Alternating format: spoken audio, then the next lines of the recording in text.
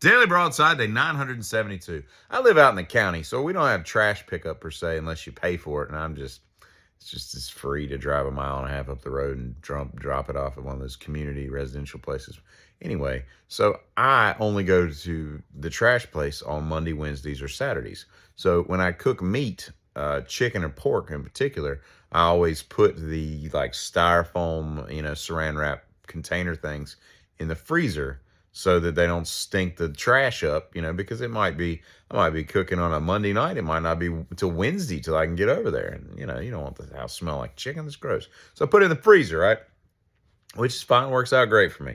So today, being that it's Monday, I was going to go drop the trash off. So I get everything out of the freezer and I stick it in there. I go do a couple other things and I come back and about, I don't know, 45 minutes later or so, I look and there's a styrofoam chicken container and a styrofoam pork container laying on the ground, and they've been licked to death and chewed up just a little bit.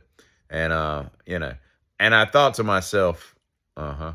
And so I look over and there's a little four-legged white friend of mine who's got a look on her face telling me that she knows what's up, right? She knows what happened, right? And so my question is that detrimental to a dog's health? Because, I know what would happen if I like pulled out like a pork thing and like started licking that maxi pad that they put inside those things that absorbs all the pig juices and all. Like that would give you all kinds of gestational gastrointestinal like distress and perhaps even death. I don't know. Botulism or something like that. So the dog seems fine, but I'm not concerned. I'm more curious. I think she'll be okay, but it just seems odd. It's weird that animals, if my assumption is correct, can handle stuff like that, and humans would just plop over and die.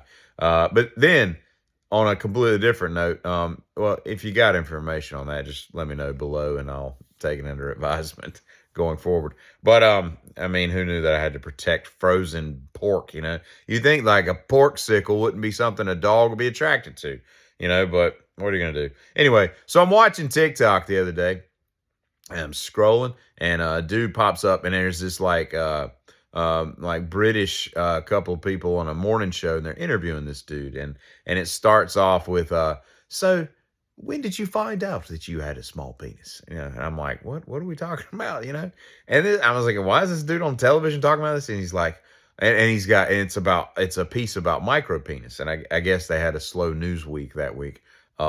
Because I can only imagine how few people this actually affects in the world, and how many of those people would have been tuning in to be like, huh, oh, that kind of thing. So the dude answers with the question, probably high school, was when I realized, I'd hoped at that point that, it would get a little bigger, but, that's when I was hoping to hit a growth spurt. And I'm like, a growth spurt in high school? You're 16. It's not time to hit a growth. Like, look, your peen should have hit a growth spurt way before high school. That's all I'm saying. At least in my experience, that's how I think, raising two boys and me being a male myself, that's kind of how the progression works. You're not the same as when you were 5, when you were 17. I'm just saying. But then she starts talking about, it's kind of like they're almost mocking the dude. She's like, what kind of problems did this present for you? And he's like, well, I can't. It was a lot of problems that you can't hook up and have one night stands. And I was like, one night stands. But then I thought, oh, if you've got a micropene, one night stands, that's your honey. That's your great. What is it called? That's your sweet spot. That's your great. What am I thinking of? Not gravy or honey. I don't know what I'm thinking about. That's your sweet spot. That's kind of like that's where you want to be. One night stand. You get in, you get out. You never talk to her again, and you go to another city because she's going to tell all her friends.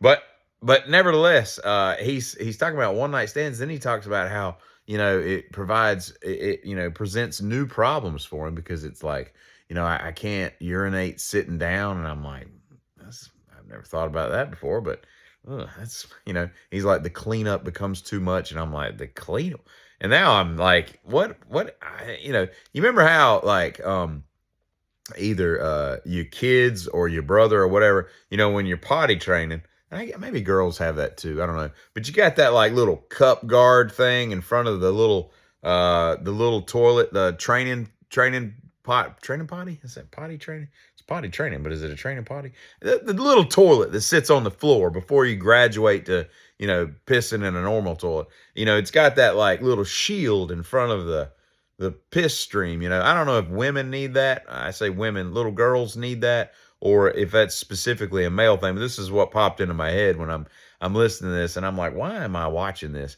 And so I look up like what causes this problem, right? And it's basically, from best of my medical knowledge, what causes it is just a complete testosterone like deficiency in the womb or something like that. That's my medical opinion.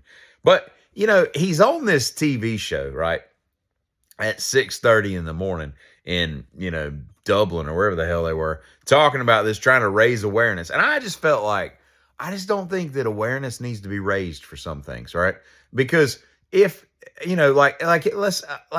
can think of like 1,000,004 different things that I'd rather have as a birth defect than that, because there's just nothing you can do. And that's got to be just like quite the death sentence, right? I mean, you give me club foot, you give me like a big birthmark on the side of my face, well, I'll deal with all that stuff, It's pancake makeup. We're going out tonight, whatever. We'll just deal with it.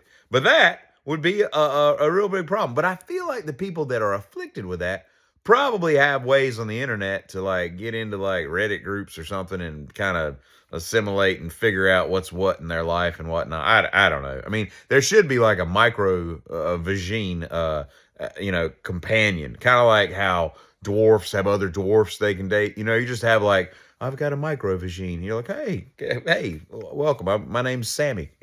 Oh, I'm Gwendolyn. And Sammy and Gwendolyn lived happily ever after. All I'm saying is like, I don't think there's a counterpart for that. But anyway, what I'm saying is, it's not like the dude had like cleft palate, where there's like, oh, I was born with a little hole in my roof, a roof in my mouth, and people watching are like, oh, me too. What do I do? I mean, I don't know what percentage of people in this world are born with a cleft palate, but let's just say it's like 4%. I mean, that seems fair, right? Across the globe, right? And, but that's easily fixed. Nobody cares. It's all big. Just a little hole, fix it. We'll sew it up after they're a year old and you're back to normal, But like, I don't even know if that, but like the people that like have the MP, if you know what I'm saying, like that's probably like 0.000 something percent of people. I don't think they're watching this show. And if they are, like I guess the risk and reward of embarrassing yourself versus helping that one person who's like clicking through and like, what's that? Me too. I got the same meat. I can't piss sitting down either. Whatever. Like, I just feel like that's probably not, there. And last thing I'll say is I saw diamond painting the other day. Y'all got to find some new hobbies. Y'all are just making up hobbies at this point. If you don't know what diamond painting is, it looks like the most frustrating thing I've ever tried to do in my life. So there's that. Y'all have a good one. Giddy.